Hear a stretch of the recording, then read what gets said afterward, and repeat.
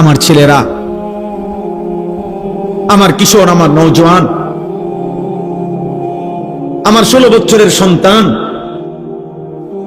এত অল্প বয়সে তুমি এত গুনাহ, এত নাফরমানি কেমনে করছো বাপ? তুমি কেমনে সহ্য করবে আব্বা? আমার 16 বছরের সন্তান আছে।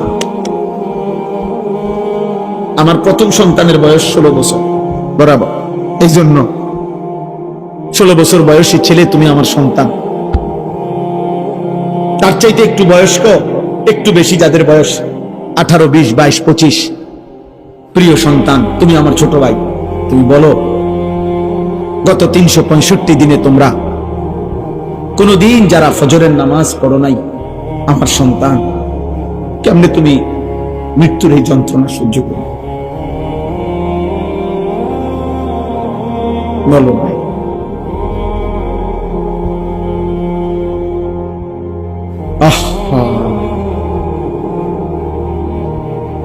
হ্যাঁ, সারা রাত যারা মোবাইলে নারী দেখো, ছবি দেখো, উলঙ্গ দৃশ্য দেখো, এত নারী, এত ছবি, এত জিনা, এত ব্যভিচার, এত অসভ্যতা, নিজের হাত যারা নিজের লজ্জাস্থানে গুনাহের কাজে ব্যবহার করছো, কি করছো বাপ? আমি যে এর চাইতে বেশি আর বলতে পারছি না। আমি যদি একলা পাইতাম যুবক, তোমার আমি একলা আরো অনেক কিছু বলতাম। আমার উস্তাদ বসা, মুরব্বী বসা, ওলামা বসা, বয়স্ক লোক বসা। আমার জিন্দিগির ফিকির এটা, আমার রাত দিনের মেহনত এটা। মুসলমানের কিশোর নওজোয়ান ফিরবে। বলো ভাইয়া, তোমরা কি হিসাবে? অগণিত ছেলের চেহারা দেখলেই বোঝা যায় বাপ, আজকের সারা দিনে যারা এক ওয়াক্ত নামাজ পড়ো নাই, হায় মুসলমানের সন্তান, কেমনে পারলা? তুমি কি মরবা না? তুমি কি কবরে যাইবা না বাপ? এই পৃথিবীর কত রাজা বাদশাহ কবরে চলে গেছে, তুমি কি কোনোদিন কবরস্থান দেখো নাই? তুমি কারো জানাজা পড়ো নাই? তুমি কি কোনো মানুষের লাশ দেখো নাই? আমি 5 দিন আগে আমার জ্যাঠার সাথে কথা বলে আসছি বাড়িতে, খোঁজ খবর নিছি। 5 দিন পরে আমার জ্যাঠা মারা গেছে। আমি জ্যাঠার দিকে তাকাইয়া বাড়িতে গিয়া দেখছি এই সেই মানুষটা যার সাথে আমি কথা বলছি, উনি নাই, চুপ হয়ে গেছে, হাত নড়ে না, পাও নড়ে না। আমি জানাজা পড়াইছি আমার জ্যাঠার, তো জানাজার আগে আমি আমার জ্যাঠার কবরটা খালি, তখন কবরে রাখে নাই। আমি কবরের দিকে তাকাইয়া অনেকক্ষণ, 8-10 মিনিট হইব, আমার বাবার কবরের পাশে আমার জ্যাঠার কবর। আমার আব্বা আগে ইন্তেকাল করছে। আমার জ্যাঠার কবরের দিকে তাকাইয়া অনেকক্ষণ, খালি কবরের দিকে তাকাইয়া ছিলাম। তাকাইয়া আমার মনে হইল কবর যেন আমারে ডাক দিয়ে বলছে, আনিস, আমার কাছ থেকে 1 মুঠ মাটি দিছিলাম আমি তোমার জ্যাঠারে বানাইবার জন্য, আজ আমার মাটি আমি ফেরত নিলাম। ওয়াফিহা নুঈদু। নওজোয়ান, তোমার মাটি মাটির কাছে ফেরত চলে যাবে। তুমি মাটি ছাড়া আর কিছু না। তোমার এই চোখ, নাক, কান, হাত, পাও, হ্যাঁ, এটা চোখ, নাক, কান, মাটি, মাটি, ও মাটির টুকরা। ওয়ালাকাদ খালাকনাল ইনসানা মিন সুলালাতিন মিন তিন। আল্লাহ বলছে, শুকনো মাটি থেকে, ঠনঠনে মাটি, আমি সেখান থেকে মানুষকে সৃষ্টি করেছি। তুমি মাটির একটা টুকরা ছাড়া আর কিছু না। আর মাটির এক টুকরা এত অহংকার করা, এত বড় মালিকের সামনে সাজে না রে বাপ, উচিত না, উচিত না। এত বড় মালিকের নাফরমানি করছো কেমনে? কোরআনুল কারীম আল্লাহ নাজিল করছে 30 পারা। এতগুলো কথা আল্লাহ কোরআনে বলছে, 30 পারা নবীর জবান দিয়ে বলাইছে। 23টা বছর কোরআন শরীফে আছে, ফাবি আইয়ি হাদিসিন বাদাহু ইউমিনুন। আল্লাহ বলছে, বান্দা বল না রে, আমি আর কেমনে বললে, আর কোন কথা বললে, আর কতবার বললে বান্দা তুমি আমার কথা মেনে নিতা। এই নাফরমান, এই বেনামাজি, দাঁড়া, এখন দাঁড়া। ফজরের নামাজ পড়ো না যারা, গত 1 বছর ধরে হাইওয়ান, মুসলমানের বাচ্চা এত নিকৃষ্ট হয়? তোর কোনো মা নাই, তোর কোনো বাপ নাই বেটা, তোর কোনো আল্লাহ নাই, তোর কোনো নবী নাই, তোর কোনো ধর্ম নাই। নাফরমান, জীবন মানে খুদা বাদ, জিন্দিগি মানে শুধু বাদ, জীবন মানে শুধু ভুল, জীবন মানে শুধু পেশাব পায়খানা, জীবন মানে শুধু লজ্জাস্থানের চাহিদা পূরণ। এগুলো তো কুত্তারও পূরণ হয়। এই নাফরমান, খানা তো কুত্তাও খায়, ঘুম তো কুত্তাও যায়, পেশাব পায়খানা তো কুত্তারও হয়,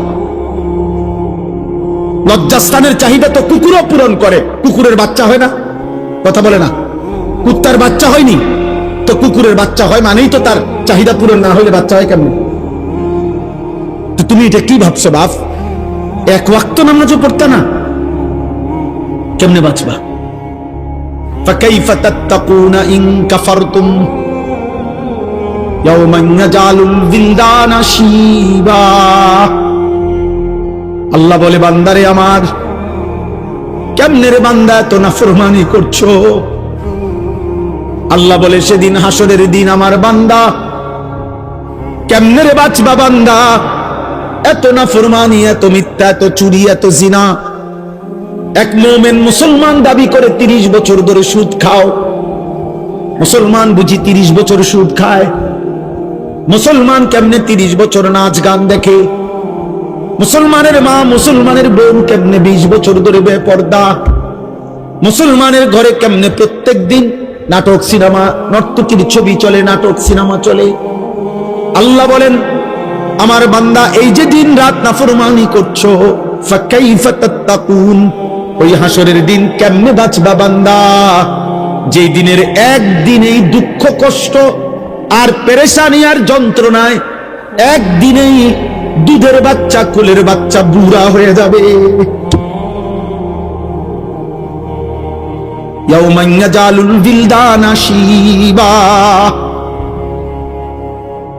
একদিনে ইয়াউমান, কয়দিনে? একদিনে বাচ্চা বুড়া হয়ে যাবে, একদিনেই কালো চুল সাদা হয়ে যাবে। খামখেয়ালি করো না বাপ, শেষ কথা, শেষ। তুমি আল্লাহর বেষ্টনীতে আছো, আমিও। আমাদের জন্য আল্লাহ তাআলার ইন্তজাম করা আছে। তুমি আল্লাহর এই ইন্তজামের বাইরে যাইতে পারতা না। আল্লাহর বেষ্টনীর ভিতরে থাইকেই মৃত্যুর যন্ত্রণা আসবে। এই কথাটাই আল্লাহ এখানে বলছে। এবার দেখেন তরজমা শুনেন, তাই শেষ কথা। আমার ভাই, আমি বলে গেলাম, আমার সন্তান, আমার ছেলেরা, আমার বাবারা, আমার ভাইরা, আমি বলে গেলাম স্পষ্ট, দয়া করে মরণকে স্মরণ করো, ভুলে যেও না। তুমি ভুলে গেলেও মরে যাবে। বলে, আমার মনে ছিল না। মনে না থাকলেও মৃত্যু হবে, হবে? কথা বলে না, বলো না ছেলেরা, বলো। তুই মরে যাবে বাপ। এই মোবাইল থাইকা যাবে, ফেসবুক থাইকা যাবে, এগুলো হারায় যাবে। তোমার চোখের ওই নারীও হারায় যাবে। হয়তো কোনোদিন আর মনেও পড়বে না কারো কথা, কিন্তু গুনাহগুলো সাথে নিয়া তোমার হাসরের ময়দানে দাঁড়াইতে হবে। এই পাপগুলো নিয়েই তোমাকে দাঁড়াইতে হবে। এজন্য আমি কিশোর নওজোয়ানের পরিবর্তনের খুব প্রত্যাশী। আমার এক ছোট্ট জিন্দিগি প্রয়োজন, আমি দিয়ে দিলাম। প্রিয় ভাই, আসলে বাস্তবতা হলো, মোবাইল হাতে ধরে বয়ান শুনলে দিল জমে না। মূলত আল্লাহর কথা শুনে পরিবর্তনের জন্য শতভাগ মনোযোগ জরুরি।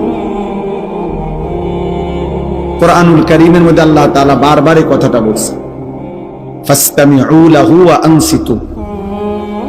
আমার কোরআন যখন পড়া হয় মনোযোগ দিয়ে শোনো এবং চুপ থাকো। মুসা আলাইহিস সালামকে আল্লাহ তাআলা বলছেন, ওয়া আনা ইখতারতুকা ফাসতামি' লিমা ইউহা, যে মুসা, তুর পাহাড়ে যে তোমাকে এনেছি আমি আল্লাহই বাছাই করেছি, অতএব আমার ওয়াহি, আমার কথা মনোযোগ দিয়ে শোনো। ফাসতামি'। কোরআনুল কারীমে আল্লাহ তাআলা বলছে ফাবাশশির ইবাদ আল্লাযীনা ইস্তামিউনাল কাওলা ফায়াত্তাবিউনা আহসানা। হে নবী, আপনি আমার ওই বান্দাদেরকে জান্নাতের সুসংবাদ দিয়ে দেন যারা মনোযোগ দিয়ে কথা শুনে, অতঃপর কোরআন সুন্নাহর অনুসরণ করে। তাইলে আল্লাহ তাআলা বিভিন্নভাবে কথাটা উল্লেখ করেছেন মনোযোগের জন্য। এজন্য যত বেশি মনোযোগ, আন্তরিকতা, আগ্রহ দিয়ে আল্লাহর কথা শুনবে, তো ধীরে ধীরে জিন্দেগি পরিবর্তন হবে, ধীরে ধীরে বদলাবে। লাআল্লাকুম তুরহামুন, আল্লাহ ওয়াদা দিছে, যদি মনোযোগ দিয়ে শোনো এবং চুপ থাকো তো তোমাদের উপরে আল্লাহর রহমত বর্ষিত হবে। আর তাফসীরের মধ্যে আছে রহমত বর্ষিত হবে মানে হলো তৌফিকুত তাআ, আল্লাহ তাআলা ওই কথাগুলোর উপরে আমল করার তৌফিক দিবে। এই আমল করার তৌফিক পাওয়া, আল্লাহর কথা শুনবার পর আমলের সুযোগ হওয়া, এটা হলো রহমত, এটা হলো ইলম। এমনিতে শুধু জানা, এগুলো অনেকেই জানে, কিন্তু আমলের তৌফিক হওয়া, আমলে বাস্তবায়ন হওয়া, এটা রহমত, এটা ইলম। ইলম তখনই ইলম হয় যখন তা আমলে পরিণত হয়। আর নাই তো এটাকে বলা হয় মালুমাত। এমনি কিছু বিষয় জানে, মনে করেন গত 10 বছরও যে কোনোদিন 5 ওয়াক্ত নামাজ পড়ে নাই, তারেও যদি জিজ্ঞাসা করেন এমন মুসলমানকে যে নামাজ কয় ওয়াক্ত, তো সে কি বলবে? 12 ওয়াক্ত। কয় ওয়াক্ত মানে হে কি বলবে মনে হয়? ও 5 ওয়াক্তই বলবে। তাহলে এটা হেও জানে, নামাজ যে 5 ওয়াক্ত এটা সেও জানে, কিন্তু এটা ইলম না, এটা মালুমাত, এটা তার একটা অর্জিত জ্ঞান, আমি জানে। আর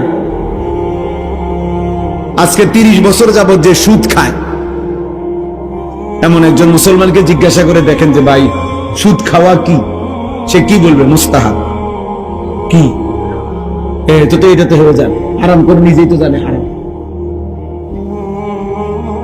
ও তো নিজেই বলতেছে হারাম, তাহলে এটা তো সেও জানে, কিন্তু এটা ইলম না।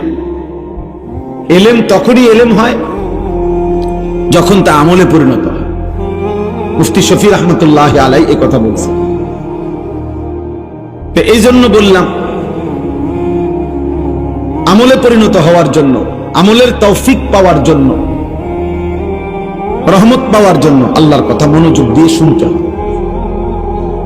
একজন বিশ্ববিখ্যাত বুজুর্গ ছিলেন, ইমাম ছিলেন হাদিসের জগতে, ইমামুল জারহ ওয়াত তা'দীলদের অন্যতম সুফিয়ান ইবনে উয়াইনা রাহমাতুল্লাহি আলাইহি। তিনি বলছেন 5টি জিনিস একসাথে হলে ইলম পূর্ণ হয়। 1 নম্বর আল ইস্তিমা, মনোযোগ দিয়ে শোনা। 2 নম্বর আল ফাহমু, বুঝতে চেষ্টা করা, কি বললো আমি বুঝলাম কিনা। 3 নম্বর আল হিফজু, মুখস্থ করা।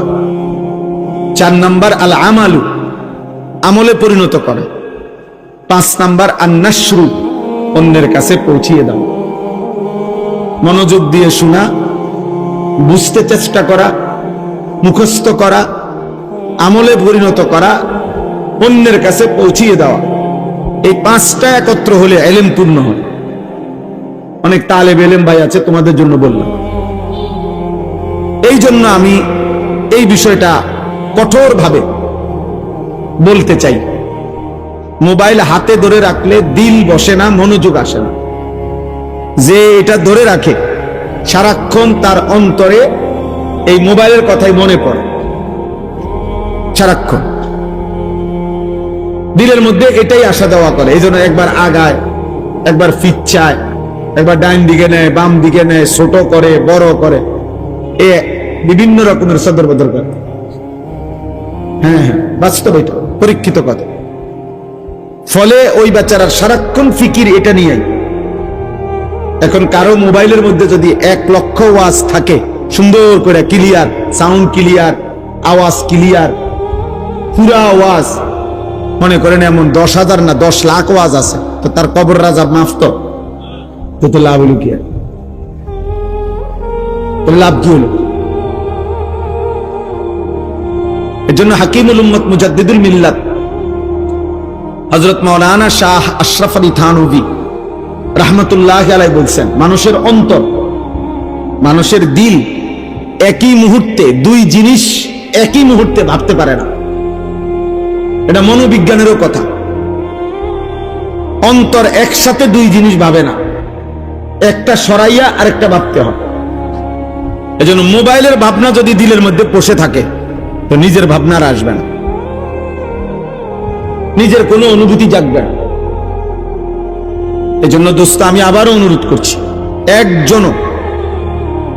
একজনও হাতে মোবাইল ধরে ভিডিও বা রেকর্ড করার চেষ্টা না কর। যার অসুবিধা হয় চলে গেলে ভালো। আমি আবারও বলছি, যেহেতু আমি নির্বাচনের জনসভা না, আমি কোনো প্রার্থীও না, ভোট চাইতে আসি নাই, আসছি এখানে সব আমার মুরব্বী ওলামায়ে কেরাম, আমার উস্তাদ বসা। হুজুর আমার সরাসরি উস্তাদ, আজকের মাহফিলের যিনি সভাপতি, এই এলাকার কৃতি সন্তান, ব্রাহ্মণবাড়িয়ার হাজারো লাখো ওলামায়ে কেরামের হৃদয়ের মানুষ, সারা দেশের ওলামায়ে কেরাম যাকে ভালোবাসেন, হযরত মাওলানা আলী আজম সাহেব। হুজুর আমার সরাসরি উস্তাদ, আমি দারুল আরকামেরই ছাত্র। তাইলে এই জন্য মুরব্বীদের সামনে শুধু বলা সামান্য কিছু কথা, শতভাগ মনোযোগ জরুরি। আজকের রাত না, সব সময়। এরপরে আমি যে বললাম, আমার কথা হইল বিকট আওয়াজে ঠিক বলে ওঠা, আর তখন পাশের 10 জনে হাসে, মানে ওনারা হাসে দিছে ঠিক। এটা কি ধরনের কথা হলো? এটা তো একটা ফালতু আওয়াজ হলো, এটা তো ভদ্রতা হলো। অন্যরা যদি হাসিই দেয় তত বুঝাই গেল এটা মস্কারি করা হলো, এটা তো এক ধরনের তামাশা করা হলো। এই জন্য এটা জরুরি বুঝা। অনর্থক এতটা বিকট আওয়াজ করা কোনো প্রয়োজন নেই। স্বাভাবিক ঠিক বললে কোনো গুনাহ নাই, কিন্তু স্বাভাবিক আওয়াজে বললে।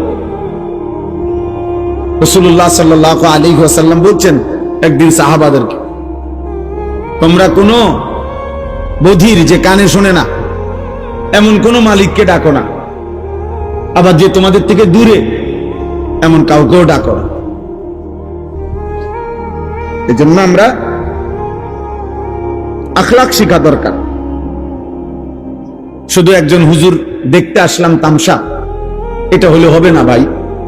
প্রিয় কিশোর নওজোয়ান সবাইরে বলি, জনপ্রিয়তা এটা একটা ধোঁকা। জনপ্রিয়তা ধোঁকা। কারো জনপ্রিয়তা দ্বারা বক্তারও কোনো ফায়দা নাই, শ্রোতারও কোনো ফায়দা নাই, কোনো লাভ না। মনে করেন আমারে 1 কোটি মানুষ চিনে, একেবারে সারা বাংলাদেশের 10 কোটি মানুষ আমারে চিনে, তো আমার কবর রাজাব মাফ তো তার লাভ হলো কি? তো আমি এই জনপ্রিয়তা দিয়ে করবো কি? আর একটা চলে ভাবো ভাই, যে মনে করেন আমারে চিনে 10 লাখ মানুষ, 1 কোটি মানুষ আমারে চিনে, তো এতে তোমার লাভ কি? আমারে চিনলে তোমার কি তার? তুমি লাফাও কি তার? চিনে আমারে ফাল মারবি তুমি, কথা বুঝছেন না? মানুষে চিনে তো আমারে না, তো তোমার কি তা? তুমি এরকম লাভ মারো কা, দৌড় মারো কেন? তাইলে আমার জনপ্রিয়তা দিয়া তোমার লাভ কি? কথা বলেন। আমার জনপ্রিয়, আমারে চিনলে তোমার লাভ কি? আমারে না চিনলে তোমার সমস্যা কি? আমি তোমার ভাত খাই? এই জন্য না আমার কোনো ফায়দা আছে না আপনাদের কোনো ফায়দা আছে, উভয়ের জন্যই বক্তা শ্রোতা উভয়ের জন্যই খোদার কসম ঈমান আমলের মধ্যেই ফায়দা। উসিকুম ওয়া ইয়া, যুগ যুগ ধরে বুজুর্গানে দ্বীন বলতেন, আল্লাহর কথা বলে বলতেন যে হে আল্লাহর বান্দারা, আপনাদেরকেও বলছি নিজেকেও বলছি। তাহলে কোরআনুল কারীমের সমস্ত কথার, আজকের সমস্ত ওয়াজের মুখাতাব সম্বোধন বক্তার জন্য শ্রোতার জন্য। মানে যে কথাগুলো আপনাদেরকে আমল করতে বলা হয়, তো এগুলোর থেকে আমরা মুক্ত নাকি আমরা বাদ? কথা বলে না, আমরা বাদ। বেশি বয়ে আবার প্রয়োজনীয় কথাটাও না কই, না কইতাম না, কথাই কইতাম না, তুমি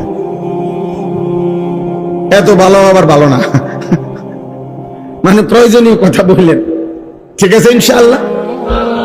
তাইলে বুঝাইলাম আমরা উভয়ই মুখাতাব। আমাদের কোরআন যিনি বলতেছেন তাকেও সম্বোধন করে বলা হচ্ছে, যিনি শুনতেছেন তাকেও সম্বোধন করা হচ্ছে। কোরআনুল কারীমের মধ্যে আছে আল্লাহ তাআলা নবীজিকে বলছেন সাল্লাল্লাহু আলাইহি ওয়াসাল্লাম, ফাকাতিল ফি সাবিলিল্লাহ লা তুকাল্লাফু ইল্লা নাফসাক ওয়া হাররিদিল মুমিনিন। সূরা নিসার আয়াত। সাংঘাতিক কথা এটা। আল্লাহ তাআলা আমাদের নবীকে বলছেন সরাসরি, বন্ধু আল্লাহর পথে যুদ্ধ করতে গিয়ে যদি আপনার সাথে একজনও না থাকে, কেউ নাই, আপনি একাই তবু আল্লাহর পথে যুদ্ধ করেন। ফাকাতিল ওয়াহিদ মুযাক্কার হাজির, লা তুকাল্লাফু ইল্লা নাফসাক। কারো কোনো ব্যাপারে যদি জবাব আপনি নাও দেন, কিন্তু আপনি নিজের বিষয়ে মুকাল্লাফ, আপনাকে আপনার ঈমান আমলের ব্যাপারে কিন্তু জবাব দিতে হবে। লা তুকাল্লাফু ইল্লা নাফসাক, শেষ পর্যন্ত একা হলেও আপনি মুকাল্লাফ। আপনার নবীজি সাল্লাল্লাহু আলাইহি সাল্লাম একটি যুদ্ধে, হুনাইনের যুদ্ধে 12,000 সাহাবী নবীজির সাথে ছিলেন। যুদ্ধের প্রথম আক্রমণে, মানে অনেক ঘটনা, আমি শুধু মূল কথাটা বলতেছি। যুদ্ধের প্রথম কাফেরদের প্রথম আক্রমণেই শুরুতেই 12,000 সাহাবী নবীজিকে ছেড়ে যুদ্ধের ময়দানে ছত্রভঙ্গ হয়ে গেছে। কিন্তু আল্লাহর নবী সাল্লাল্লাহু আলাইহি ওয়াসাল্লাম একা সেই যুদ্ধের দিন ময়দানে আপন জায়গায় মজবুতির সাথে দাঁড়িয়েছেন। তাহলে সেদিন যদি নবী বলতেন, আল্লাহ 12,000 সাহাবী আমার চলে গেছে, সরে গেছে দেখা আমিও দৌড় দিছি, আল্লাহ বলবে না বন্ধু, আপনি এটার হিসাব দেন আগে, আপনি দৌড় দিলেন কেন? আবু বকর, ওমর, ওসমান, আলী, হ্যাঁ আমি আলাদা জিগামু, তার বিচার আমি তারটা করবো, কিন্তু আপনি দৌড় দিচ্ছেন কেন? আমাদের কি সমস্যা? তাহলে রাসূলুল্লাহ সাল্লাল্লাহু আলাইহি সাল্লামও আল্লাহর কালাম, আল্লাহর বিধানের মুকাল্লাফ। আল্লাহ তাআলার প্রত্যেকটি কথা যা তিনি উম্মতের কাছে পৌঁছাইছেন তা উনার নিজের জন্য, উনি নিজেও তার শতভাগ আমল করেছেন। মা উরিদু আন উখালিফাকুম মা আনহাকুম আনহু। নবীরা বলতেন যে বিষয় থেকে তোমাদেরকে আমরা নিষেধ করি, উদ্দেশ্য আমাদের এই নয় আমরা তা করব না। গুনাহ তোমাদের জন্য গুনাহ, গুনাহ আমার জন্য গুনাহ, আমল তোমাদের জন্য আমার জন্য। এজন্য প্রিয় ভাই, বাবা, তালেবে ইলম, সবার জন্য আমার কথা, আমরা সবাই মিলে আল্লাহর কথার মুহতাজ, মুখাপেক্ষী। এজন্য বুজুর্গরা বলতেন উসিকুম ওয়া ইয়া, আপনাদেরকেও বলছি, নিজেকেও বলছি। পাকিস্তানের বিশ্ববিখ্যাত বুজুর্গ ছিলেন, পাকিস্তানের একসময় মুফতি আজম ছিলেন হযরত মাওলানা মুফতি রশিদ আহমদ লুধিয়ানভি রাহমাতুল্লাহি আলাইহি, বিশ্ববিখ্যাত ফতোয়ার কিতাব আহসানুল ফতোয়ার লেখক।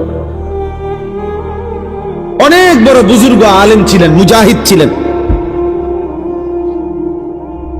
মুফতি রশিদ আহমদ লুধিয়ানভি রাহমাতুল্লাহ আলাইহির বয়ানের মধ্যে আমি পড়ছি খুতবাতুর রশিদ, ওইখানে লিখছে যে হযরত বলেন যে কথাগুলো আপনাদেরকে বলছি, উসিকুম ওয়া ইয়া, আপনাদেরকেও আমাকেও, হযরত বলেন নাহুর কায়দার কারণে উসিকুমের কুম আগে বলতে হইছে, ওয়া ইয়াকে পরে বলতে হইছে গ্রামারের কারণে। কারণ নয়তো এটা উচ্চারণ করতে গিয়ে নিজের কথাটা আগে বলতাম, এরপরে বলতাম আপনাদের কথা। এই জন্য বাপ, আমি অল্প একটু সময় সামান্য কিছু কথা আরজ করতে চাই। আলহামদুলিল্লাহ, আমাদের মাথার তাজ যারা, তারা আজকের এই মাহফিলে বয়ান করছেন। খতিব আজম মুনাজিরে জামান আল্লামা নুরুল ইসলাম অলিপুরি দামাত বারাকাতুহু যে মজমায় বয়ান করছেন, এরপরে আমগো মতো আঙ্গাল কাঙ্গাল ওখানে বয়ান করা মানায় না। ছোট্টবেলা থেকে ছাত্র জীবন, তালেবে ইলমের পুরাটা জীবন, যতদিন ছাত্র ছিলাম সবচেয়ে বেশি আকাঙ্ক্ষা করতাম যে অলিপুরি সাহেব হুজুরের একটা বয়ান শুনবার জন্য। আমি হুজুরকে নিজে বলছি যে হুজুর আজকে কত বছর বয়ান করে? ওই যে কমপক্ষে 52 বছর বয়ানই করে। বয়স কত, শুরু করছে কখন? সুবহানাল্লাহ। আজ থেকে 50 বছর আগেও মনে হয় যেই আওয়াজ, যেই শব্দ, যেই বিশ্লেষণ, 50 বছর পরেও একই শব্দ, একই উচ্চারণ, একই বিশ্লেষণ। অলিপুরি অলিপুরি। আমি এই জন্য প্রায় বলি আল্লামা নুরুল ইসলাম অলিপুরি দামাত বারাকাতুহু তিনি একটা ব্র্যান্ড, মানে এই নামটাই একটা ব্র্যান্ড। হযরত যা বলেন তা কখনোই অগোছালো হয় না, কখনোই অগোছালো হয় না। হযরত যা বলেন তা শেষ পর্যন্ত, শেষ মিনিটে এসে দেখলে দেখা যায় উনি শুরুর থেকে যেখানে যেখানে কথা ছিটাইছিলেন সবগুলো মণি মুক্তার মতো, মালার মতো আবার মিলাইয়া দেয়। এটা আমি উনার মধ্যেই একমাত্র দেখছি। আমার জীবনেও আমি বহু বক্তার ওয়াজ শুনছি, কিন্তু হয়তো উনার 2 কথা 3 কথা ছুটতে যায়, কথার তালে উনি হয়তো এখান থেকে এটা প্রসঙ্গটাই বাদ দিয়ে লাইছে। কিন্তু হুজুরের সব কথা শুরুর থেকে মনে হয় উনি বাংলাদেশ, ভারত, চীন, জাপান, ইরান, তুরান বহুত জায়গায় গেছে গা, এগুলা কেমনে হুজুরে গোলায় আনবো। ঠিক এই শেষের 10 মিনিট কেউ মনোযোগ দিয়ে শুনলে বুঝে যে হযরত সব কথারে একসাথ করে ফেলছে। আল্লাহ তাআলা এমন মহান ব্যক্তিকে আমাদের মাথার উপরে আফিয়তের সাথে দীর্ঘায়িত করে। আমার পরম শ্রদ্ধেয় উস্তাদ, ছোট্টবেলায় যার হাতে আমরা বড় হইছি, পড়ালেখা করছি, আজকে যিনি সারা বাংলাদেশের মুরব্বী, সারা বাংলাদেশের লক্ষ লক্ষ কোটি কোটি মুসলমান উলামা, তাদের অভিভাবক, হেফাজতে ইসলাম বাংলাদেশের সংগ্রামী মহাসচিব, দুর্বল অসুস্থ অবস্থায়ও যেন যিনি বজ্র কণ্ঠে উম্মতের পক্ষ হয়ে দুশ্মনের বিরুদ্ধে, বাতিলের বিরুদ্ধে যিনি কথা বলেন, আমাদের সেই পরম শ্রদ্ধেয় উস্তাদ আল্লামা শায়েখ সাজিদুর রহমান দামাত বারাকাতুহুমুল আলিয়া হযরত এসেছেন। আরো শ্রদ্ধেয় অনেক উলামায়ে কেরাম কথা বলছেন। তাইলে আমি শুধু একটা প্রসঙ্গ অল্প একটু প্রিয় নওজোয়ান ভাই বাবারা সবাইকে স্মরণ করায়, আমাকে সহ মনে করাইতে চাই। এই উদ্দেশ্যে আমি কোরআনুল কারীমের 26 নম্বর পারা, কোরআনুল কারীমের 50 নম্বর সূরা, সূরা কাফ, এই সূরা কাফ, এই সূরার 7টি আয়াত 16 নম্বর থেকে 22 নম্বর, এই 7টি আয়াত তেলাওয়াত করেছি। এগুলোর তর্জমা আপনাদের সামনে সংক্ষেপে শুনাইতেছি। এই 7টি আয়াতের মূল বক্তব্য হলো একটা কথা বোঝানো, এখানে মূল আলোচ্য বিষয় একটা জিনিস পেশ করা, সেটা হলো সাকরাতুল মাউত। এখানে একটা শব্দ আছে, ওয়াজাআত সাকরাতুল মাউত বিল হক। এই সাকরাতুল মাউত বিল হক, এই কথাটা বুঝানোর জন্য আল্লাহ তাআলা আগে পিছে আরো কিছু কথা বলছেন। প্রিয় ভাই নওজোয়ান বাবা, সবার কাছে, আমরা সবার কাছে এই কথা স্পষ্ট, একটি অনিবার্য সত্য, বাস্তবতা, আমাদের জীবনের চিরন্তন সত্য হলো আমাদেরকে মরে যেতে হবে। এই সত্যকে অস্বীকার করার, এই সত্যকে ভুলে যাওয়ার কোনো সুযোগ নেই। ভুলে গেলেও মরে যাবেন, মনে থাকলেও মরে যাবেন, হাসলেও মরে যাবেন, কাঁদলেও মরে যাবেন, দুঃখ বেদনায়ও মরে যাবেন, আনন্দ ফুর্তিতেও মরে যাবেন। কেউ থাকবে না। রাজপ্রাসাদের অট্টালিকাতে যে থাকে সেও মরে যাবে, জীর্ণ কুটির কুড়ে ঘরে যে থাকে, উপরের দিকে তাকান, উপরে তারা গণেন, গণ ভাই, তারা গণ, বইনা জানাও কটা হয়েছে মুখ, উপরে কি দেখো? এদিকে তাকাও ভাই। সময় গুনে গুনি, বারবার আমি সময়ের দিকে তাকাচ্ছি, অনেক রাত হয়েছে, রাত 12টা পার হয়ে গেছে। সারা রাত চুক্তি ওয়াজ করলে ফজরের নামাজ পড়বে কখন? তাহলে এই জন্য বললাম, একটি অনিবার্য সত্য যে হাসি কিংবা কান্না, আনন্দ কিংবা বেদনা, আমাদেরকে মরে যেতে হবে, আমাদেরকে মৃত্যুবরণ করতে হবে। সমস্ত আউলিয়া, বুজুর্গ, পীর, মাশায়েখ তাসাউফ তাজকিয়ার যত মেহনত করে, আধ্যাত্মিকতার যত মেহনত করে, মানুষের অন্তর পরিশুদ্ধ করার যত মেহনত করে, তন্মধ্যে সব তরিকা, সব আউলিয়া বুজুর্গদের একটি সবক আছে মুরিদদের প্রতি। অনেকগুলো সবকের মধ্যে এটা একটা সবক, যে মৃত্যুর মুরাকাবা। এটা সব বুজুর্গদের একটা সবক, যে চোখটা বন্ধ করে কিছুক্ষণ মৃত্যুর কথা স্মরণ করা, মৌতের কথা স্মরণ করা, যে একদিন এই ব্যস্ততম এই জিন্দেগি আমার স্তব্ধ হয়ে যাবে। নবীজি সাল্লাল্লাহু আলাইহি সাল্লাম বলছে, আকসিরু যিকরা হাদিমিল লাযযাত, আমার উম্মত এই জিহ্বা যেটা আজকে তোমাকে হাজারো আইটেমের স্বাদ বলে দেয়, গরুর গোশতের আলাদা, খাসির গোশতের আলাদা, মুরগির গোশতের আলাদা, হরেক রকম মাছের স্বাদ আলাদা, একদিন সত্য সত্য এই জিহ্বা স্বাদ স্তব্ধ হয়ে যাবে। তোমার চোখের পলক, হাতের স্পন্দন, হৃদয়ের স্পন্দন সব ঠান্ডা হয়ে যাবে, স্তব্ধ হয়ে যাবে। সেই মৃত্যুকে বেশি বেশি স্মরণ করো, যে মৃত্যু তোমার জিহ্বার স্বাদ বন্ধ করে দিবে, যে মৃত্যু তোমার চোখের পলক নিভায় দিবে, যে মৃত্যু তোমার হৃদয়ের স্পন্দন স্তব্ধ করে দিবে। আল্লাহ নবী সাল্লাল্লাহু আলাইহি ওয়াসাল্লাম বলছেন। তো এখানে মহান আল্লাহ পাক রব্বুল আলামিন বলছে, বান্দা তোমার মনে থাকে আর না থাকে, তুমি গুরুত্ব দাও আর খামখেয়ালি করো, তুমি আনুগত্য করো আর নাফরমানি করো, মনে রাখো বান্দা, যে অবস্থাতেই থাকো না কেন, একটি নির্দিষ্ট সময়ে সত্য সত্য মৃত্যু যন্ত্রণা তোমার চলে আসবে। প্রত্যেক মানুষের, আমার ভাই আমি দেরি করব না, অল্প সময়, তর্জমা বলতে বেশিক্ষণ লাগবে না, এই মূল কথাটা বুঝাইতে চাই। শুনুন,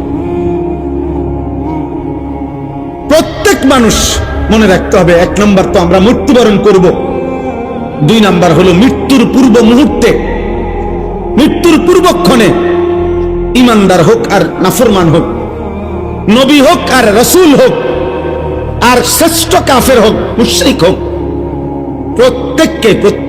প্রত্যেককেই সাকরাতুল মাউত, মৃত্যুর যন্ত্রণা ভোগ করতে হবে। ওয়াজাআত সাকরাতুল মাউত, সমস্ত মাখলুকের মৃত্যুর পূর্ব মুহূর্তে মৃত্যুর যন্ত্রণা হয়, এটাকে সাকরাতুল মাউত বলে, সাকরাতুল মাউত বলে। তিনি নবী হন, তাকেও সাকরাতুল মাউত, মৃত্যুর যন্ত্রণা ভোগ করতে হবে। আবার সে নাফরমান, পাপী, কাফের, মুশরিক হোক, তাকেও মৃত্যুর যন্ত্রণা ভোগ করতে হবে। কিন্তু পার্থক্য হলো, একজন মুমিন, একজন মুত্তাকি, একজন ইমানদারের মৃত্যু যন্ত্রণা যখন শুরু হয়, তখন সে খুশিতে, আনন্দে আরো উৎফুল্ল হয়ে যায়, যে হ্যাঁ, আমার মালিকের সাথে, আমার বন্ধুর সাথে মোলাকাতের সময় হয়ে গেছে। আল মাউতু জাসরুন ইউসিলুল হাবিব ইলাল হাবিব।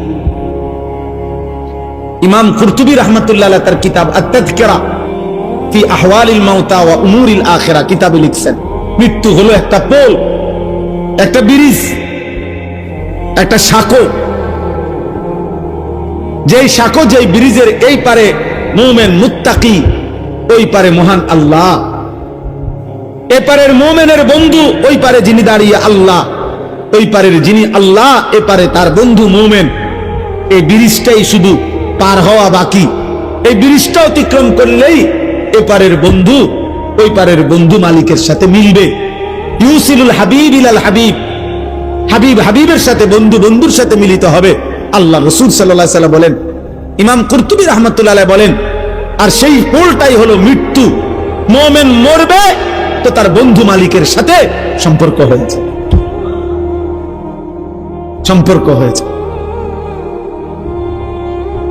তো মুমিনের সাকরাতুল মউত, মৃত্যু যন্ত্রণা হবে, কিন্তু তার মধ্যে তার উৎফুল্ল, কিন্তু মৃত্যুর যে যন্ত্রণা কষ্ট এটা তাকে ভোগ করতে হবে। যত বড় ইমানদারি হোক, তিনি রাসূল হোক, তিনি নবী সাল্লাল্লাহু আলাইহি সাল্লাম, তাকেও।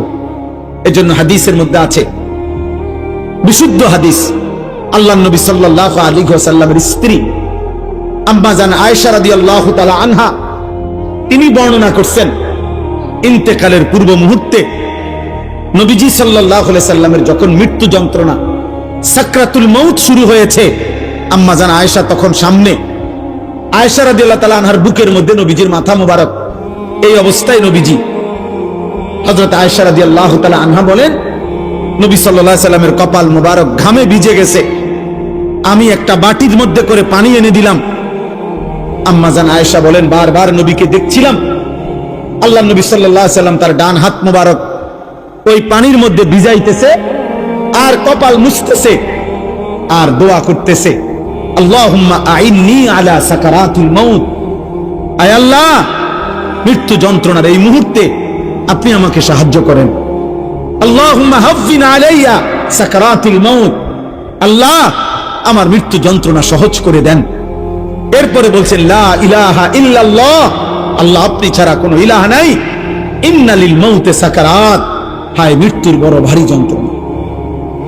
এই কথা বারবার বলতেছেন, অথচ তিনি মুহাম্মদুর রাসূল সাল্লাল্লাহু আলাইহি ওয়াসাল্লাম, অথচ তিনি নিষ্পাপ, তিনি মাসুম, তিনি নিষ্পাপ। অতএব প্রত্যেককেই মৃত্যু যন্ত্রণা ভোগ করতে হবে, ইমানদার হলেও ইমান। কিন্তু ওই যে বললাম, উনার এই যন্ত্রণা হচ্ছে ঠিক আছে, কিন্তু উনার এই যন্ত্রণার মধ্যেই তিনি রব্বুল আলামিনের মুলাকাতের স্বাদ পাচ্ছিলেন। এজন্য ওই হাদিসের মধ্যে এটাও আছে যে নবীজি সাল্লাল্লাহু আলাইহি সাল্লাম এরপরে এই দোয়া এগুলো পয়রা বারবার বলতেছিলেন, বালির রফিকাল আলা, বালির রফিকাল আলা, বরং আল্লাহর সান্নিধ্য, বরং বন্ধুর সান্নিধ্য, বরং বন্ধুর সান্নিধ্য। হাদিসের ব্যাখ্যার মধ্যে আছে, এই বরং বলতেছে কেন? বরং বন্ধুর সান্নিধ্য মানে কি? মানে বুঝাইতেছেন মালাকুল মউত আজরাইল ওনাকে বলতেছিলেন, ইয়া রাসূলুল্লাহ, দুনিয়ায় আর কয়দিন থাকবেন নাকি রবের কাছে যাবেন? তা আল্লাহর নবী বলতেছেন, বরং বন্ধুর কাছেই যেতে চাই। কষ্ট হোক, সাকরাতুল মউত হোক, কিন্তু মুলাকাত চাই মালিকের, মুলাকাত চাই বন্ধুর। এই জন্য আমরা কিতাবে পড়ছি, হযরত ইব্রাহিম আলাইহিস সালাম, উনাকে মালাকুল মউত আজরাইল আসছে, আয়েশা বলছে, আপনার জান কবজ করতে চাই, আপনি অনুমতি দেন। হাদিসের মধ্যে আছে, প্রত্যেক নবীকে মৃত্যুর পূর্বে মালাকুল মউত জানায়, অনুমতি চায়। অনুমতি না নিয়ে কোন নবীর জান কবজ করা হয় নাই। তো ইব্রাহিম আলাইহিস সালাম বললেন, আজরাইল, আমার একটা ছোট্ট প্রশ্ন আছে আল্লাহর কাছে, তুমি একটু জিগাইয়া আসো। যাও, তুমি জিগাও। তো আজরাইল মালাকুল মউত বোঝাচ্ছে বলে, তো তুমি গিয়া বলবা আল্লাহর কাছে, আয়াকবিজুল খলিল রূহা খলিলিহি, আল্লাহকে জিজ্ঞাসা করবা গিয়া যে ইব্রাহিম জানতে চাইছে কোন বন্ধু কি বন্ধুর জান কবজ করে? বন্ধু বুঝি বন্ধুরে মেরে এলা? আমি না আপনার বন্ধু? ইব্রাহিম আলাইহিস সালাম কার বন্ধু? কথা বলে না, আল্লাহর বন্ধু কিনা? তো ইব্রাহিম আলাইহিস সালাম বলতেছে, যাও গিয়া জিগাও কি বন্ধু এটা, বন্ধু বন্ধুরে মারতে কয়?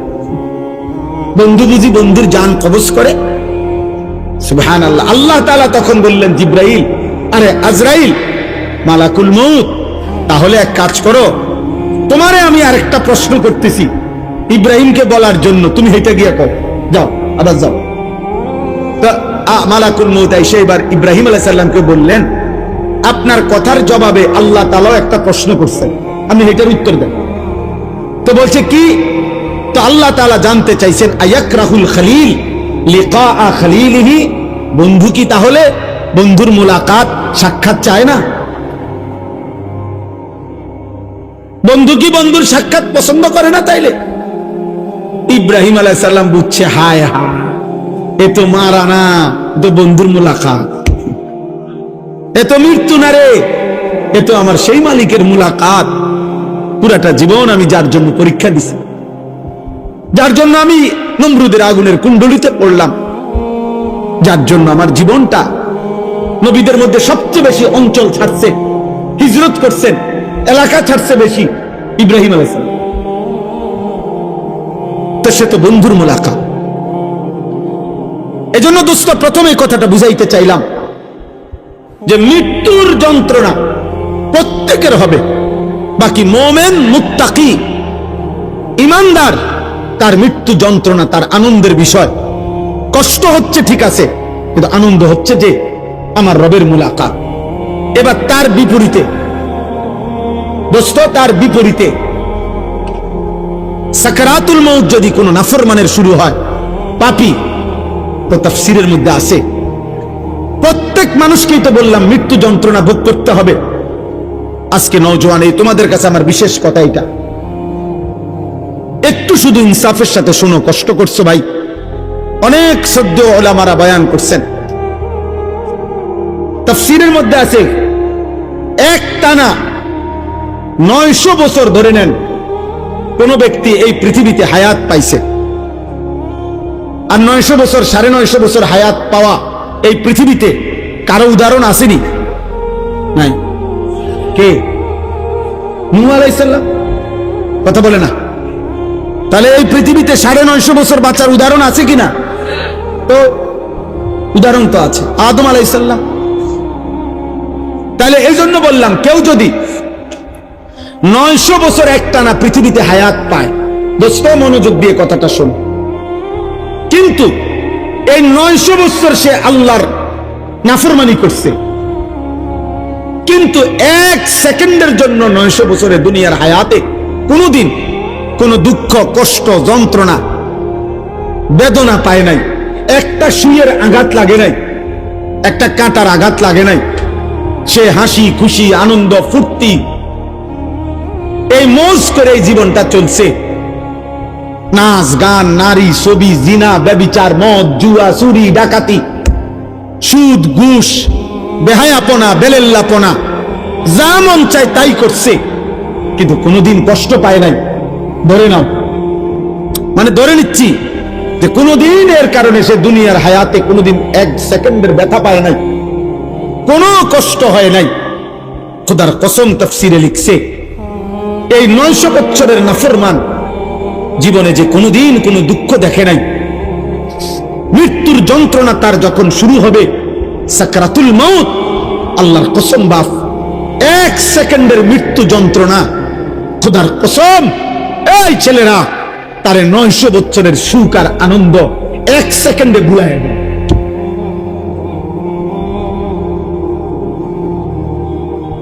কবরের আযাব পরে, জাহান্নামের আযাব পরে, হাসরের আযাব দোস্ত আমার পরে, এগুলো তো আছে সামনে, কিন্তু 1 সেকেন্ডের মৃত্যুর যন্ত্রণা এখনো জান কবজ হয় নাই, শুধু মৃত্যুর যন্ত্রণা শুরু হয়েছে। নাফরমান 1 সেকেন্ডের মৃত্যু যন্ত্রণায় 1000 বছরের আনন্দ ভুলে যাবে, আর কোনোদিন মনে পড়বে না তার যে জীবনে সে কোনোদিন সুখ দেখছে কিনা, সুখ দেখেছে কিনা।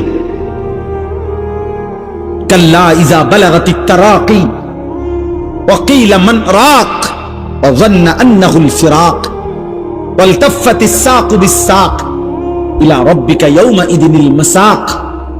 আল্লাহ বলেন নাফরমানের জান কবজের সময় মালাকুল মউত আজরাইল কলিজা থেকে তার রূহটা টান দিয়া ছিঁড়ে ফেলবে, আর ছিঁড়ে ফেললেই কণ্ঠনালীর কাছে আইসা, তারাকি মানে কণ্ঠনালীতে আইসা বিঁধে যাবে, রূহটা আটকাইয়া যাবে।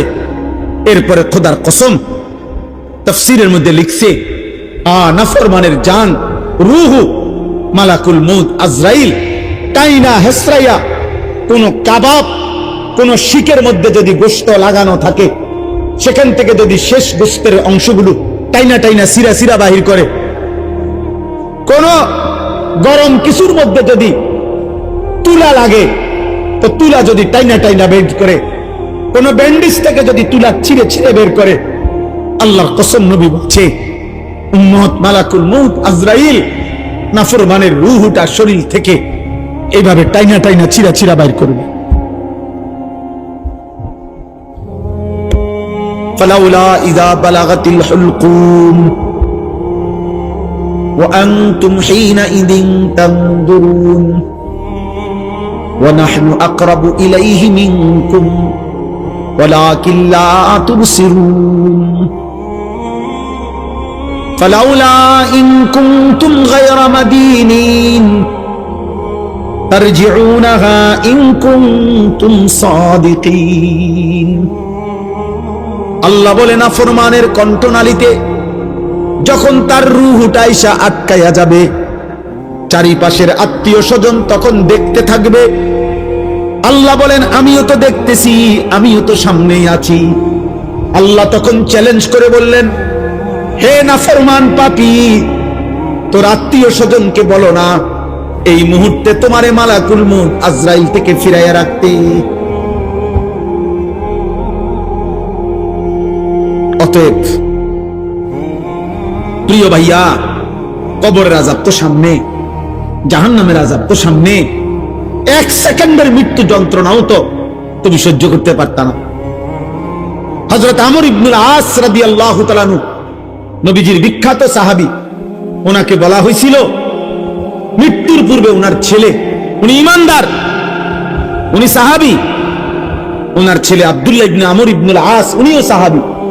ছেলে বলতেছিলেন মৃত্যুর পূর্বে, আব্বা আপনার কাছে এই মুহূর্তে, শেষ মুহূর্তে মৃত্যু যন্ত্রণা কেমন মনে হইতেছে?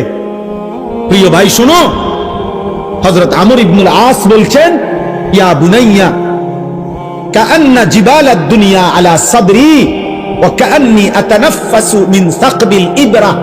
এই কিতাব আমার কাছে গাড়িতে আছে। ওয়াজাআত সাকরাতুল মাউত বিল হক, এটাই কিতাবের নাম।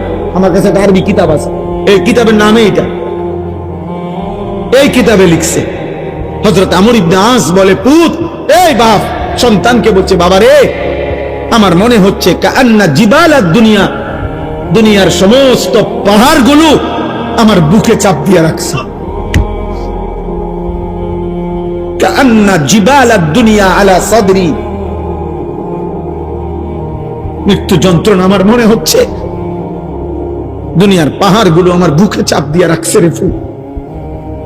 ওয়া কাআন্নী আতানাফাসু মিন সাকবিল ইবরা, আর আমি যেন এই পাহাড় চাপা অবস্থায় আমি যেন সুইয়ের ছিদ্র দিয়া, সাকবিল ইবরা, সুইয়ের ছিদ্র দিয়ে আমি যেন একটু একটু নিঃশ্বাস নিতেছি। আমার ছেলেরা, আমার কিশোর, আমার নওজোয়ান, আমার 16 বছরের সন্তান, এত অল্প বয়সে তুমি এত গুনাহ, এত নাফরমানি কেমনে করছো বাপ? তুমি কেমনে সহ্য করবে আব্বা? আমার 16 বছরের সন্তান আছে। আমার প্রথম সন্তানের বয়স 16 বছর বরাবর। এই জন্য 16 বছর বয়সী ছেলে তুমি আমার সন্তান।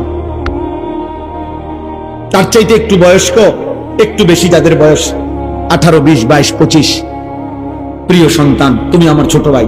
তুমি বলো, গত 365 দিনে তোমরা কোনদিন যারা ফজরের নামাজ পড়ো নাই, আমার সন্তান, কেমনে তুমি মৃত্যুর এই যন্ত্রণা সহ্য করো?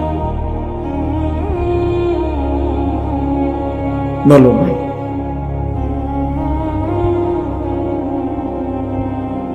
আহা, হ্যাঁ, সারা রাত যারা মোবাইলে নারী দেখো, ছবি দেখো, উলঙ্গ দৃশ্য দেখো,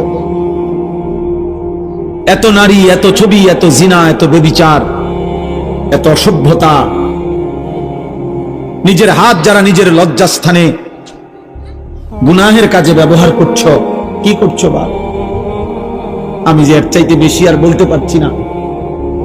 আমি যদি একলা পাইতাম যুবক তোমারে, আমি একলা আরো অনেক কিছু বলতাম। আমার উস্তাদ বসা, মুরব্বী বসা, ওলামা বসা, বয়স্ক লোক বসা, আমার জিন্দিগির ফিকির এটা, আমার রাত দিনের মেহনত এটা। মুসলমানের কিশোর নওজোয়ান ফিরবে। বলো ভাইয়া, তোমরা কি হিসাবে? অগণিত ছেলের চেহারা দেখলেই বোঝা যায় বাপ, আজকের সারা দিনে যারা এক ওয়াক্ত নামাজ পড়ো নাই, হায় মুসলমানের সন্তান, কেমনে পারলা? তুমি কি মরবা না? তুমি কি কবরে যাইবা না বাপ? এই পৃথিবীর কত রাজা বাদশাহ কবরে চলে গেছে, তুমি কি কোনোদিন কবরস্থান দেখো নাই? তুমি কারো জানাজা পড়ো নাই? তুমি কি কোনো মানুষের লাশ দেখো নাই? আমি 5 দিন আগে আমার জ্যাঠার সাথে কথা বলে আসছি, বাড়িতে খোঁজ খবর নিছি। 5 দিন পরে আমার জ্যাঠা মারা গেছে। আমি জ্যাঠার দিকে তাকাইয়া বাড়িতে গিয়া দেখছি আমার এই সেই মানুষটা যার সাথে আমি কথা বলছি, উনি নাই, চুপ হয়ে গেছে, হাত নড়ে না, পাও নড়ে না। আমি জানাজা পড়াইছি আমার জ্যাঠার, তো জানাজার আগে আমি আমার জ্যাঠার কবরটা খালি, তখন কবরে রাখে নাই। আমি কবরের দিকে তাকাইয়া অনেকক্ষণ 8-10 মিনিট হইব। আমার বাবার কবরের পাশে আমার জ্যাঠার কবর। আমার আব্বা আগে ইন্তেকাল করছে। আমার জ্যাঠার কবরের দিকে তাকাইয়া অনেকক্ষণ খালি কবরের দিকে তাকাইয়া ছিলাম। তাকাইয়া আমার মনে হইল কবর যেন আমারে ডাক দিয়ে বলছে, আনিস, আমার কাছ থেকে 1 মুঠ মাটি দিছিলাম আমি তোমার জ্যাঠারে বানাইবার জন্য, আজ আমার মাটি আমি ফেরত নিলাম। ওয়াফিহা নুঈদুকুম, নওজোয়ান, তোমার মাটি মাটির কাছে ফেরত চলে যাবে। তুমি মাটি ছাড়া আর কিছু না। তোমার এই চোখ, নাক, কান, হাত, পাও, হ্যাঁ, এটা চোখ, নাক, কান, মাটি, মাটি, ও মাটির টুকরা। ওয়ালাকাদ খালাকনাল ইনসানা মিন সুলালাতিন মিন তিন। আল্লাহ বলছে শুকনো মাটি থেকে, ঠনঠনে মাটি, আমি সেখান থেকে মানুষকে সৃষ্টি করেছি। তুমি মাটির একটা টুকরা ছাড়া কিছু। আর মাটির এক টুকরা এত অহংকার করা এত বড় মালিকের সামনে সাজে না রে বাপ, উচিত না, উচিত না। এত বড় মালিকের নাফরমানি করছো কেমনে? কোরআনুল কারীম আল্লাহ নাজিল করছে 30 পারা। এতগুলো কথা আল্লাহ কোরআনে বলছে, 30 পারা নবীর জবান দিয়ে বলাইছে, 23টা বছর কোরআন শরীফে আছে। ফাবি আইয়ি হাদিসিন বাদাহু ইউমিনুন। আল্লাহ বলছে, বান্দা বল না রে, আমি আর কেমনে বললে, আর কোন কথা বললে, আর কতবার বললে বান্দা তুমি আমার কথা মেনে নিতা? এই নাফরমান, এই বেনামাজি, দাঁড়া, এখন দাঁড়া। ফজরের নামাজ পড়ো না যারা, গত 1 বছর ধরে হাইওয়ান, মুসলমানের বাচ্চা এত নিকৃষ্ট হয়? তোর কোনো মা নাই, তোর কোনো বাপ নাই বেটা, তোর কোনো আল্লাহ নাই, তোর কোনো নবী নাই, তোর কোনো ধর্ম নাই। নাফরমান। জীবন মানে উদাবাত, জিন্দিগি মানে শুধু ভাত, জীবন মানে শুধু ঘুম, জীবন মানে শুধু পেশাব পায়খানা, জীবন মানে শুধু লজ্জাস্থানের চাহিদা পূরণ। এগুলো তো কুত্তারও পূরণ হয়। এই নাফরমান, খানা তো কুত্তাও খায়, ঘুম তো কুত্তাও যায়, পেশাব পায়খানা তো কুত্তারও হয়, লজ্জাস্থানের চাহিদা তো কুকুরও পূরণ করে। কুকুরের বাচ্চা হয় না? কথা বলে না, কুত্তার বাচ্চা হয়নি তো কুকুরের বাচ্চা হয়, মানেই তো তার চাহিদা পূরণ না হইলে বাচ্চা হয় কেমন? তো তুমি এটা কি ভাবছো বাপ? 1 ওয়াক্ত নামাজও পড়তা না, কেমনে বাঁচবা? ফাকাইফা তাত্তাকুনা ইন কাফারতুম ইয়াওমান ইয়াজালুল বিলদানা শিবা। আল্লাহ বলে, বান্দারে আমার, কেমনে রে বান্দা এত নাফরমানি করছো? আল্লাহ বলে, সেদিন হাসরের দিন আমার বান্দা কেমনে রে বাঁচবা বান্দা? এত নাফরমানি, এত মিথ্যা, এত চুরি, এত জিনা। এক মুমিন মুসলমান দাবি করে 30 বছর ধরে সুদ খাও। মুসলমান বুঝি 30 বছর সুদ খায়? মুসলমান কেমনে 30 বছর নাচ গান দেখে? মুসলমানের মা, মুসলমানের বোন কেমনে 20 বছর ধরে বেপর্দা? মুসলমানের ঘরে কেমনে প্রত্যেক দিন নাটক, সিনেমা, নর্তকীর ছবি চলে, নাটক, সিনেমা চলে?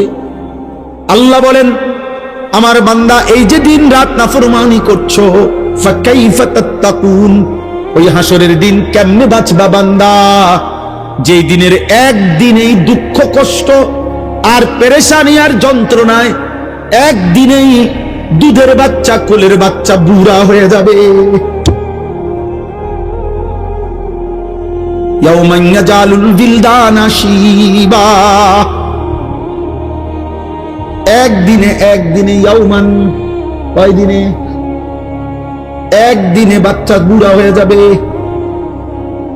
একদিনেই কালো চুল সাদা হয়ে যাবে। খামখেয়ালি করো না বাপ, শেষ কথা শেষ। তুমি আল্লাহর বেষ্টনীতে আছো, আমিও। আমাদের জন্য আল্লাহ তাআলার ইন্তজাম করা আছে। তুমি আল্লাহর এই ইন্তজামের বাইরে যাইতে পারতা না। আল্লাহর বেষ্টনীর ভিতরে থাইকেই মৃত্যুর যন্ত্রণা আসবে। এই কথাটাই আল্লাহ এখানে বলছে। এবার দেখেন তরজমা শুনেন, তার শেষ কথা। আমার ভাই, আমি বলে গেলাম, আমার সন্তান, আমার ছেলেরা, আমার বাবারা, আমার ভাইরা, আমি বলে গেলাম স্পষ্ট, দয়া করে মরণকে স্মরণ করো, ভুলে যেও না। তুমি ভুলে গেলেও মরে যাবে। বলে আমার মনে ছিল না, মনে না থাকলেও মৃত্যু হবে। হবে কথা বলে না, বলো না ছেলেরা, বলো। তুই মরে যাবে বাপ। এই মোবাইল থেকে যাবে, ফেসবুক থেকে যাবে, এগুলো হারায় যাবে। তোমার চোখের ওই নারীও হারায় যাবে। হয়তো কোনোদিন আর মনেও পড়বে না কারো কথা, কিন্তু গুনাহগুলো সাথে নিয়ে তোমার হাসরের ময়দানে দাঁড়াইতে হবে। এই পাপগুলো নিয়েই তোমাকে দাঁড়াইতে হবে। এজন্য আমি কিশোর নওজোয়ানের পরিবর্তনের খুব প্রত্যাশী। আমার এক ছোট্ট জিন্দিগি প্রয়োজন, আমি দিয়ে দিলাম। কিন্তু আমার একটা আশা, মুসলমানের নওজোয়ান, তোমরা ইনশাআল্লাহ ফিরলে, তোমরা যদি ফজর নামাজ পড়ো, এই এতগুলো ছেলে ইনশাআল্লাহ কদর কসম ইসরায়েলের কুত্তাদের কলজা সুদ্ধা নড়ে উঠবে ইনশাআল্লাহ। সেজদাবিহীন বিজয় আসবে না বন্ধু। স্লোগান দিলে হবে না, শুধু স্লোগান দিলে। স্লোগান আমিও দিতাম, জানি। আমি ছাত্র জীবনে স্লোগানে সেরা ছিলাম। ঢাকা চৌধুরীপাড়া যখন পড়তাম দাওড়া রাকাম থেকে গিয়া, তখন স্লোগানে সেরা ছিলাম। হুজুররা আমারে স্লোগানের জন্য নিত, পুরাই লেতাম ধরো স্লোগান দিয়া। আলহামদুলিল্লাহ।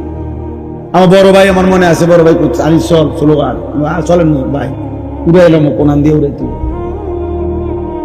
2-4 ঘন্টাও মিছিল করতে পারতাম, একটা না, কোনো বিশ্রাম ছিল না।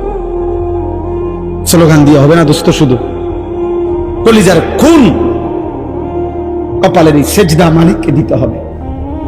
ভাইয়া, আরো 100 বছর চেষ্টা করেও কাফের বেঈমানদের সমপরিমাণ অস্ত্র, কাফের বেঈমানদের সমপরিমাণ ক্ষমতা, দুনিয়াবি আসবাব আমাদের হবে না। আমাদের বিজয় আমাদের ওই রবের কাছে।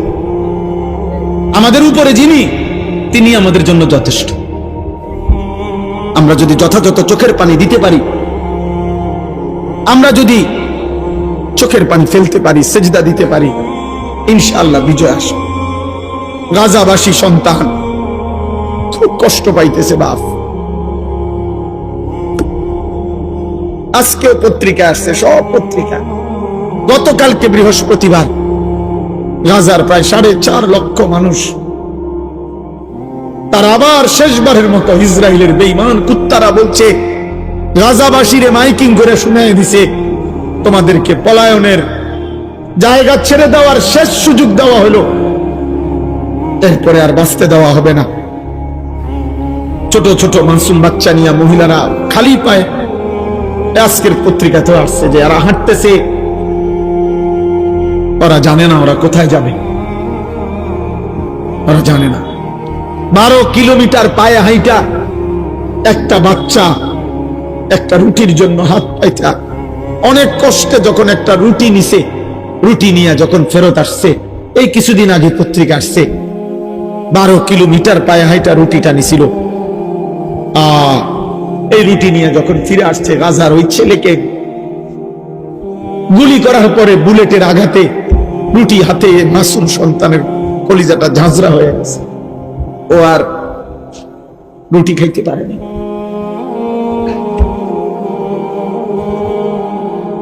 তোমরা নারী দেখো, ছবি দেখো, তোমরা আর সেজদা দিও না, তোমরা উলঙ্গ দৃশ্যই দেখো।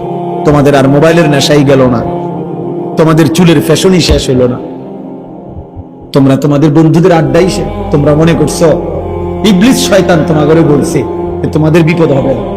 বিপদ শুধু ফিলিস্তিনের, বিপদ শুধু রোহিঙ্গাদের, আমগো কিচ্ছু হইতো না। আমরা সবাই জোনায়েদ বাগদাদি,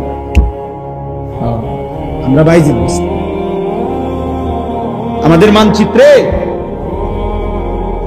ওলামায়ে কেরামকেও বলি, আমাদের মানচিত্র বাংলাদেশের আরেকবার তাকাই দেখেন, আজকে দেখেন আমাদের মানচিত্রে পার্বত্য চট্টগ্রাম সহ কক্সবাজারের এই সাইড, এটা আলগা এরকম।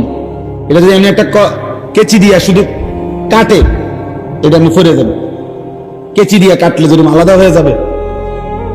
আমাদের পার্বত্য চট্টগ্রামকে যেই কোনো মুহূর্তে কেটে ফেলা হবে, আলাদা করে দেওয়া হবে। এই যে কয়েকদিন টানা খাগড়াছড়িতে রক্তের বন্যা বইতেছে, বাংলাদেশে কোন কারফিউ, আর্মি, সেনাবাহিনী কিছু দিয়ে পারতেছে না, তেমন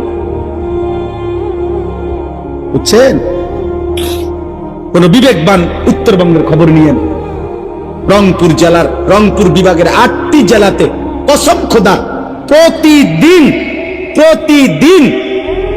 মুসলমান খ্রিস্টান হইতেছে। আমি নিজে গত বছর এক চিল্লা পুরা 40 দিন দিনাজপুর ছিলাম, 40 দিন ছিলাম।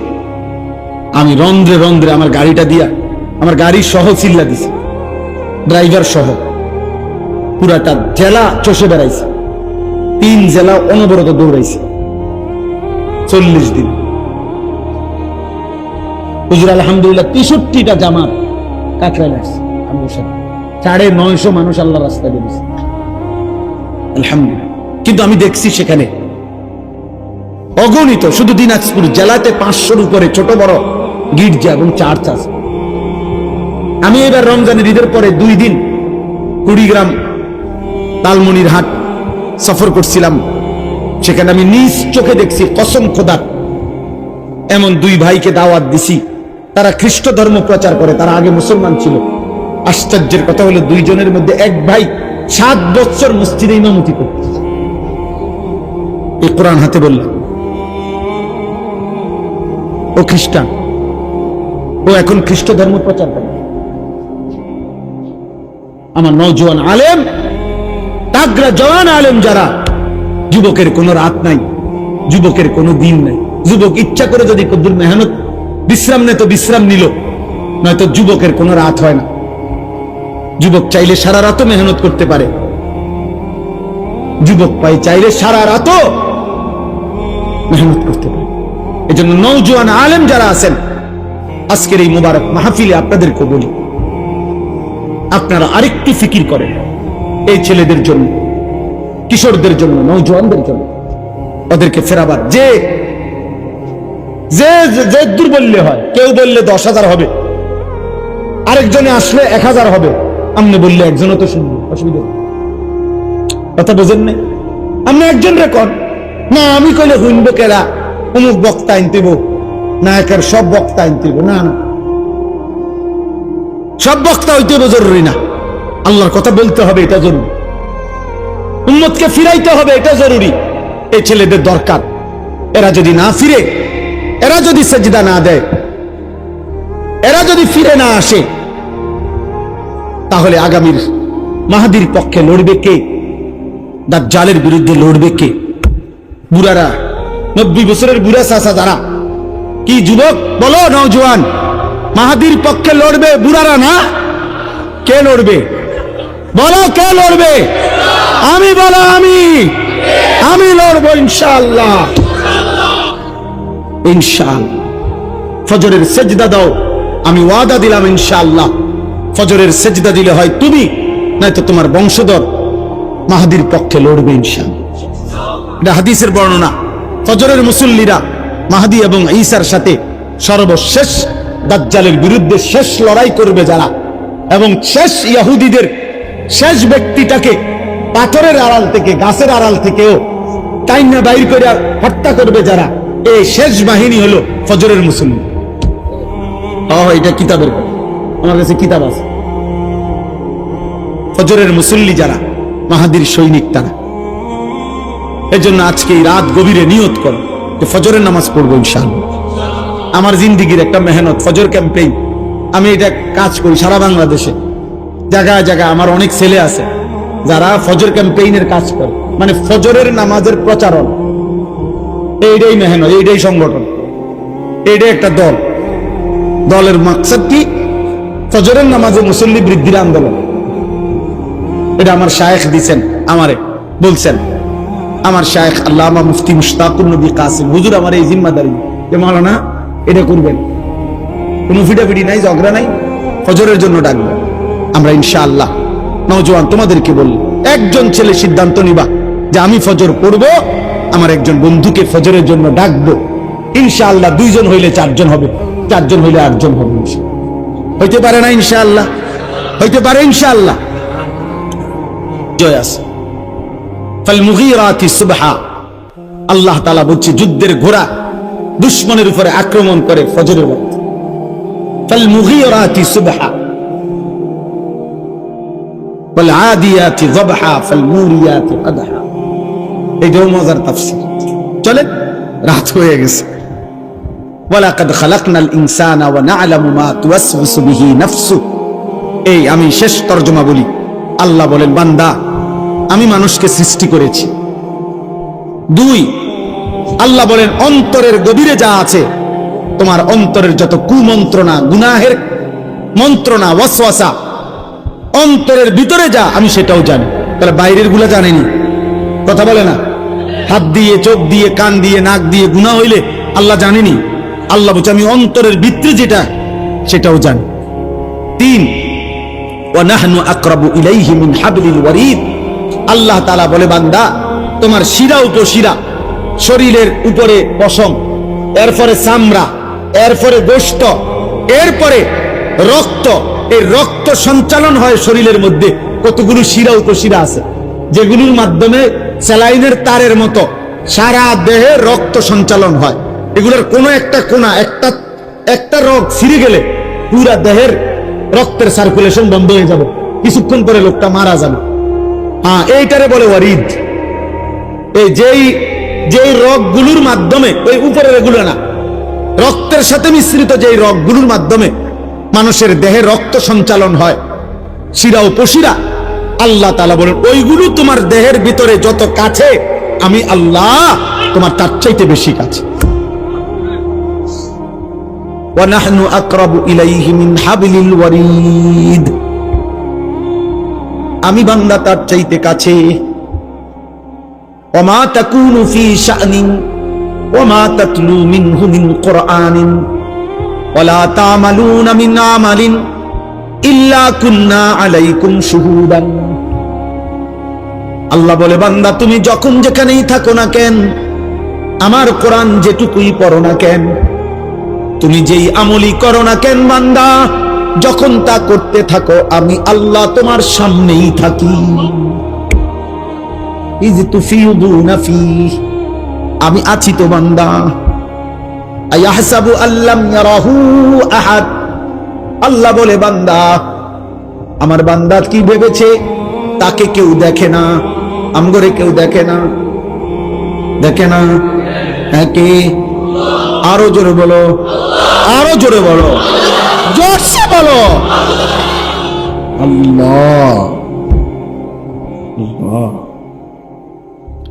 ইদ ইয়াতালাক্কাল মুতালাক্কিয়ানি আনিল ইয়ামিনি ওয়া আনিশ শিমালি কাঈদ। আল্লাহ বলেন আমি তো আছি বান্দা, সাথে সাথে ডানে বামে 24 ঘন্টা 2 জন ফেরেশতা আছে।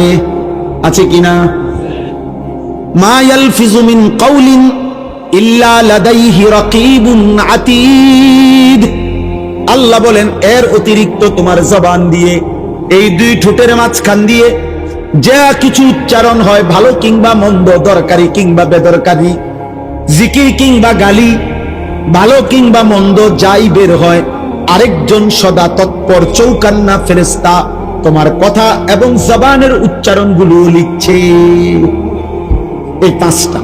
আল্লাহ বলেন আমি তোমাকে বানিয়েছি, আমি তোমার অন্তরের ভিতরেরটাও জানি, আমি তোমার ভিতরের রগ ও রেশারও কাছে, আমি আল্লাহর দুইজন ফেরেশতা ডানে বামে আছে, আমি আল্লাহর আরেকজন ফেরেশতা তোমার জবানের উচ্চারণ লেখে। এই বেষ্টনীর মধ্যে অবস্থায় ওয়াজাআত সাকরাতুল মাউত বিল হক, একদিন সত্য সত্য তোমার মৃত্যু যন্ত্রণা চলে আসবে। কামে লাগাইলেও আসবে, নষ্ট করলেও আসবে। যালিকা মা কুনতা মিনহু তাহিদ, এই মৃত্যু থেকেই তুমি পলায়ন করেছিলে। অতএব আল্লাহ বলেন তুমি কামে লাগাও আর নষ্ট করো, তুমি হায়াত আমলে কাটাও আর নাফরমানিতে কাটাও। আমার এই প্রহরা, আমার এই ব্যবস্থাপনা, আমার ফেরেশতাদের এই লেখনী, আমার জবানের এই ফেরেশতার এই লিখুনির মাঝখান দিয়েই তোমার এই মৃত্যু যন্ত্রণা শুরু হবে। আর তুমি মরে যাবা, কবরে যাবা। একদিন হাসরের ময়দানে তোমার এই জিন্দেগির ভালো কিংবা মন্দের হিসাব হবে। আর তুমি তখন জানতে পারবা যে তোমার জিন্দেগি কি করা উচিত ছিল, কি করা উচিত ছিল না। কিন্তু সেদিন বুঝবা, লাভ হবে। হবে কথা বলে না হবে? ইয়াউমাইযিন ইয়াতাযাক্কারুল ইনসান ওয়া আন্না লাহুদ যিকরা। আল্লাহ বলেন সেদিন সব মনে পড়বে, কিন্তু মনে পড়ে কি লাভ? এজন্য রাত গভীরে আমি অনুরোধ করলাম সবাই আমরা ইনশাআল্লাহ দিন মানব, আল্লাহকে মানব। ঠিক আছে ইনশাআল্লাহ? 5 ওয়াক্ত নামাজ পড়বো তো ইনশাআল্লাহ? ফজরের নামাজ, ফজরের নামাজ আলাদাভাবে বলেন। ফজরের নামাজ কোন নামাজ? ফজরের। রাসূলুল্লাহ সাল্লাল্লাহু আলাইহি সাল্লামের একটা একটা সুন্নাত আমল করার চেষ্টা করব। উঠো না ভাই, দোয়া করে উঠো। রাসূলুল্লাহ সাল্লাল্লাহু আলাইহি সাল্লামের একটা একটা সুন্নাত জীবনটা সাজাইবার চেষ্টা করা। নবীজির একটি একটি সুন্নাত দামি। আমি ব্যক্তিগতভাবে প্রতিদিন বাংলাদেশের একজন শ্রেষ্ঠ বুজুর্গ, বাংলাদেশের একজন অন্যতম বুজুর্গ, গাজীপুর কাপাসিয়ার হযরত অধ্যক্ষ মিজানুর রহমান চৌধুরী হযরতের এই কিতাব তালিমুস সুন্নাহ, বাংলা ভাষায় নবীজির সুন্নাতের উপরে পরিপূর্ণ বৃহৎ প্রায় 650 পৃষ্ঠার একটা কিতাব, যেখানে নবীজির সমস্ত সুন্নাত আছে। আমি ইচ্ছা করে হযরতের কাছ থেকে এগুলো আনাইয়া বিক্রি করি। আমার সাদা গাড়িতে 400 টাকা মূল্যে এটা বিক্রি হয়। অর্থ হইল উম্মতের ঘরে ঘরে নবীজির সুন্নাতের একটা বই পৌঁছুক, এটা আমার একটা দিলের তামান্না, দিলের একটা আশা। এই জন্য যাওয়ার পথে যাদের সুযোগ হয়, নবীজির সুন্নাত, সকল সুন্নাত ছোট বড় এই কিতাবের মধ্যে আছে। প্রায় 650 পৃষ্ঠা ব্যাপী একটা বই, 400 টাকা মূল্যে। যার সুযোগ হয় যাওয়ার সময় কিনে নেওয়ার চেষ্টা করবেন। আল্লাহ তাআলা আমাদের সবাইকে তৌফিক দেন। আল্লাহ তাআলা এই মাদ্রাসা কবুল করেন। আজকের এই বর্ণাঢ্য আয়োজন আল্লাহ তাআলা বরকত দান করেন। কিশোর নওজোয়ান তোমরা আগামীর ইসলামের জন্য ভাববা, আল্লাহ তোমাদেরকে তৌফিক দান করেন।